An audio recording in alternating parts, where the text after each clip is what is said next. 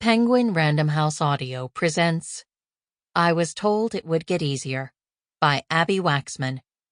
Read for you by Lisa Flanagan and Bailey Carr. This novel is dedicated to the memory of the wise, warm, and wonderful John Melisinos, and to his wife Candace and daughters Chesney and Logan. I love you all very much, and always will. All journeys have secret destinations, of which the traveler is unaware. Martin Buber. 1. Jessica Burnstein, 45, full of optimism. I left the house this morning, determined to take the day by the horns and throw it over my shoulder like a scarf if necessary. I'd had 2 cups of coffee. I'd remembered to floss. And I was going to tell my boss the crap with Valentina simply wasn't going to fly anymore.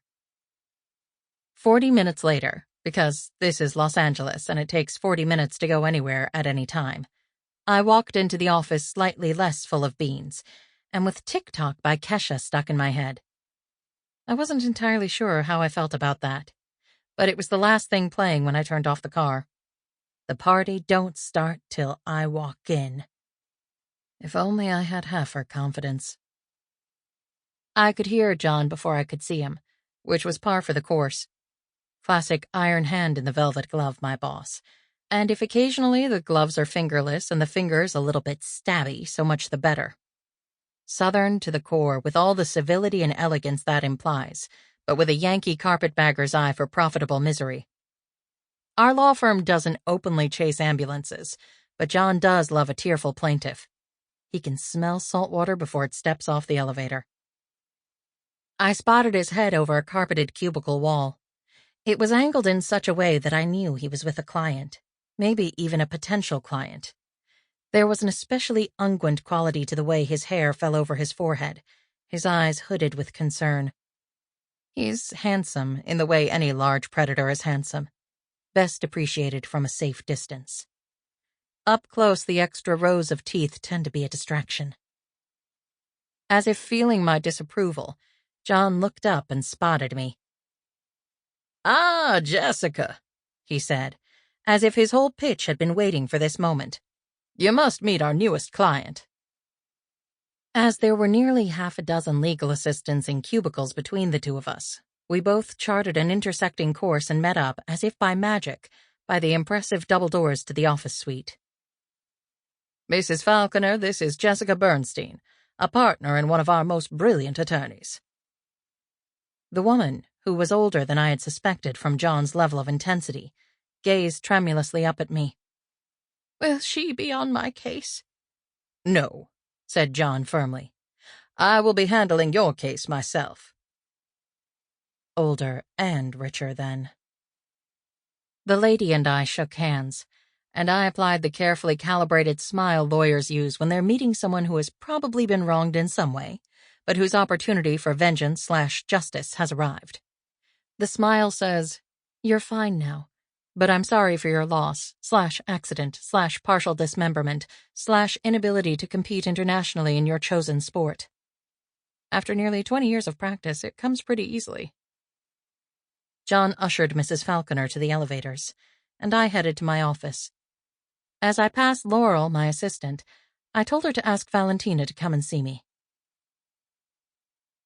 Valentina is younger than me, hungrier than me, and after my job. I'm her mentor, so that's fine with me. It's been 8 or 9 years since I took her under my wing. She's ready to leave the nest, and I'm ready to make room. However, John was using Valentina's future as a stick to prod me with, and I was tired of it. Valentina came in and shut the door behind her. She slinked, there is no other word unless it's slunk, across the carpet and flowed into a chair. It's not her fault she's a partial liquid. She was born that way. Natural beauty is no more of an achievement than deformity is a punishment. It just is. Valentina is incredibly smart, and one of the hardest working lawyers I've ever met. In a business where appearance contributes to success, She makes sure the first impression of beauty is quickly overwhelmed by the second and more lasting impression of competence. Beauty always fades, but it lasts so much longer if you lay a thick layer of intelligence and integrity underneath it. "Good morning, Jess," said Valentina. "How goes it?" "It goes," I replied evenly. "I have a feeling John is going to talk to me today about making you a partner." "Excellent." "Yes, except I think he's going to be a sneaky bugger about it." Her delicately arched eyebrows rose a little. "In what way?" I shrugged. "In some way I haven't anticipated yet, because he likes to keep me on my toes." "Has he said anything to you?" She shook her head. "Nope, not a word." I looked at her. Was it possible she was lying? A momentary flicker of doubt, but she saw it in my eyes and leaned forward. "Jessica, he's not the only one with a plan, remember? Don't underestimate me. I want to make partner, and I want you to be head of litigation so I can slipstream you all the way to the Supreme Court." She sat back. "A wise woman once pointed out to me that men have dominated the legal profession for decades and used their collective power to improve things for other men, both inside and outside of the law. It's our turn now." "Who told you that? Me?" "No, my grandmother." "The one that's a judge?" "No, the one that's a hairdresser." "Right." I paused. "So, you're ready?" "I'm ready. And so are you. Go on your trip. And don't let him ruin it by coming along inside your head. That's a horrible thought." She stood up, again appearing to defy the laws of physics. "You're welcome."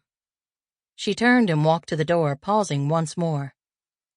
"Plus, if you can handle a 16-year-old girl, you can handle a 55-year-old guy." "You would think." She left, and I swung my chair around and gazed out the window.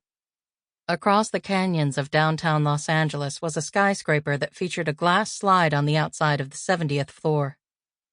My daughter Emily and I had gone down it once, and I'd been much less scared than I'd expected. The thought of the lawsuit that would arise from dropping a tourist 1,000 feet onto a busy stretch of downtown LA told me they'd probably made the slide strong enough to drive a truck down.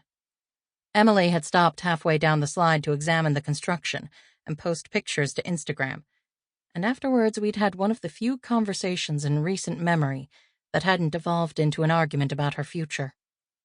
I thought about our upcoming trip to visit colleges, and wondered if we could work something life-threatening into the itinerary every day in order to maintain the peace. Laurel buzzed me. "Jessica, John wants to see you in his office when you have a minute." "All right. Let him know I'm on my way." But I waited 10 minutes. Because, power move. John was sharpening his scythe as I came in. Wait, did I say scythe? I meant pencil. "Ah, Jessica."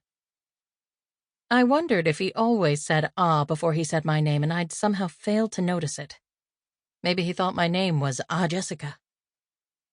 "John," I replied, proving that we were at least each talking to the right person. I started to sit down, whereupon he told me to take a seat as if I'd been waiting for permission. That BS might work on a junior lawyer, but I'd been at this game too long.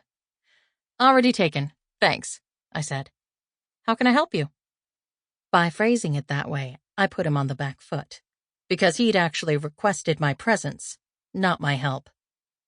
Pay attention, folks. It's a masterclass in here. "You can't," he laughed, which is why he's the boss.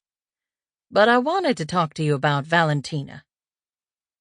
I nodded and waited. He leaned forward. "Look, you and I are similar people. We know how things work, right?" Forced teaming. Google it. It's what manipulators do to make you feel a connection they can then exploit. I've read The Gift of Fear, which everyone should, so I said, "I don't think we're all that similar, John. And you wanted to talk about Valentina?" Side note. I actually like John, despite the fact he often behaves like a jerk. He's an incredible lawyer who thinks better on his feet than most people do sitting down, and he's taught me everything I know. But I trust him only because... Sample complete. Ready to continue?